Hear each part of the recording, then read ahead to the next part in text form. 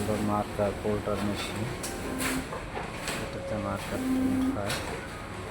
দেখেন কত সুন্দর প্রিন্ট হওয়ার পর লেয়ারিং কাটাছে, আমরা কাটিং করে থাকি। এটা আপনারা অনেকেই নারী মেরুদণ্ড বলা যায় ক্যাড ডিপার্টমেন্ট। ক্যাড বলতে কম্পিউটার অ্যাডেড ডিজাইনকে বোঝায়, যার বাংলা অর্থ নকশা করা বা অঙ্কন করাকে বোঝায়।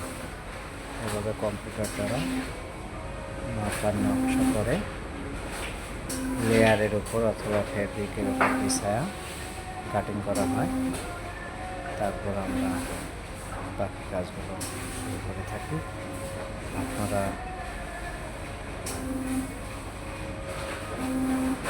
ভালো করে দেখে নিন যে কীভাবে কাজটা